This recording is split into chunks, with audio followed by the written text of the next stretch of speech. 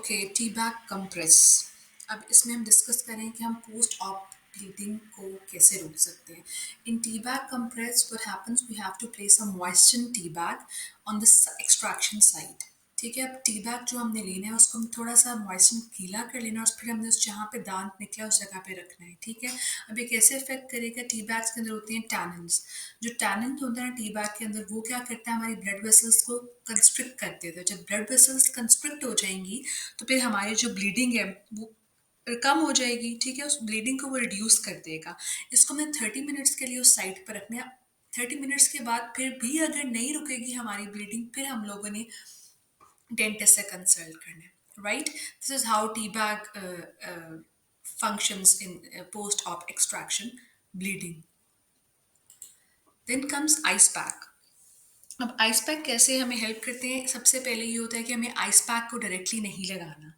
Right, हमें क्या करना है कि हम लोगों को आइस पैक को एक कपड़े में बंद करके या किसी कॉटन रोल में लेके फिर हमें उसको अपनी चीक्स के ऊपर लगाना है। आइस पैक्स भी इसी तरह से अफेक्ट करते हैं कि ये हमारी ब्लड वेसल्स को कॉन्स्ट्रिक्ट कर देते हैं और स्वेलिंग को रिड्यूस करते हैं।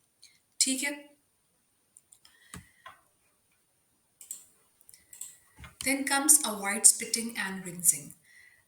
दांत निकलवाने के बाद डेंटिस्ट क्यों ये रिकमेंड करते हैं कि आप लोगों ने थूकना नहीं है और कुर्ली नहीं करनी। क्यों? क्योंकि जब हम जोर से थूकेंगे या कुर्ली करेंगे, जो हमारे मुंह में जख्म बना हुआ है ना, वो निकल खराब हो जाएगा। वो उस थूकने के साथ ही बाहर निकल जाएगा। जब वो निकल जाएगा तो उस जगह पे चांसेस हैं कि ज़ख़म मज़ीद बन जाए। उस ज़ख़म को हम कहते हैं ड्राई सॉकेट, जिसमें क्या होता है कि हमारी हड्डी नज़र आने लग जाती है। वो बहुत पेनफुल कंडीशन होती है।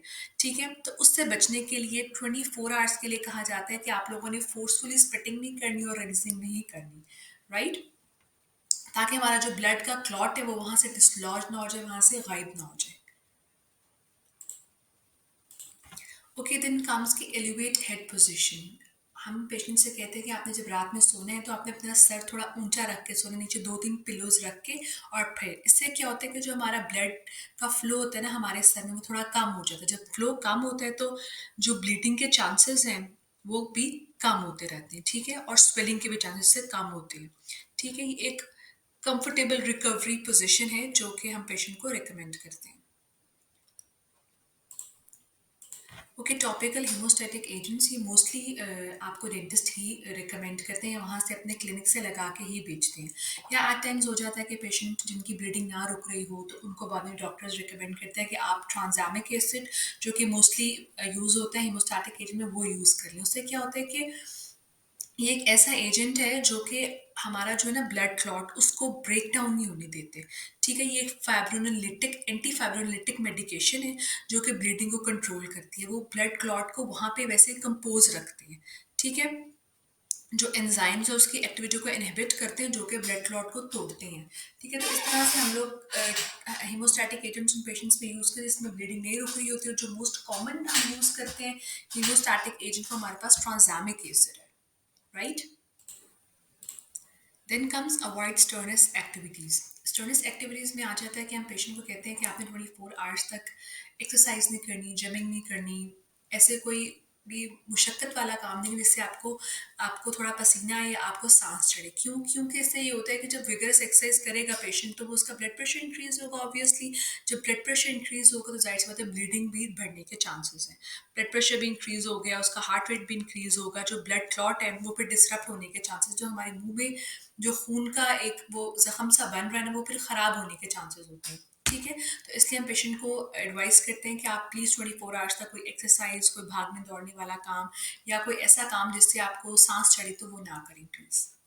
ठीक है, then comes salt water rinses after 24 hours. इसमें क्या होता है कि सॉल्ट वाटर रिंसेस 24 घंटे के बाद करनी होती है दांत निकलवाने की। अब सॉल्ट है, सॉल्ट हमारे पास वैसी एंटीसेप्टिक उसका इफेक्ट होता है जो कि एक हीलिंग और क्लीन एनवायरनमेंट हमें बना के देता है मुंह के अंदर। ठीक है, और वैसे भी इन्फ्लेमेशन इससे कम होती है सॉल्ट के साथ अगर हम इसको यूज़ करें। ठीक है, तो ये 24 आवर्स के बाद पेशेंट को रिकमेंड करते ताकि उसकी हीलिंग अच्छी हो जाए उस साइट की और हमारा जो जख्म है वो जल्दी भर जाए। Right, then come stay hydrated. Patient को हम कहते हैं कि आप पानी वगैरह पीते रहें और अपना मुंह उसको खाली ना रखें, खुश्क ना रखें, ठीक है। अब क्या होता है कि हम उसको कहते हैं कि आपने स्ट्रॉ से नहीं पीना पानी, स्ट्रॉ से पानी पिए और स्ट्रॉ का इस्तेमाल करें, और वैसे पीने से गुरेज करें और जोर से थूकने से भी गुरेज करें, इससे आपकी जो जख्म है वो खराब हो सकता है। Follow post op instructions. इन सारी हदायत पे अगर हमारा मरीज अमल करता है, ज़रूरी नहीं है कि अगर उसका खून नहीं रुक रहा तो उसने वो हर अमल ही अपनाना है जो हमने पहले डिस्कस किया है। उनमें से कोई एक चीज़ आप कर लें, हो सकता है उससे आपकी ब्लीडिंग रुक जाए, और अगर फिर भी नहीं रुकती तो आप आराम से अपने डॉक्टर को बताएं कि ये मसला हो सकता है, कोई और मेडिकल कंडीशन हो, कोई और इमरजेंसी हो जाए, तो हमें है कि हम पेशेंट डॉक्टर को वापस रिपोर्ट करें, अपने खुद से कोई भी तजर्बात ना करें। ठीक हो गया। This is all for post operative extraction bleeding control हमने कैसे करनी है, ठीक है, जब दान निकलवाया तो उसके बाद।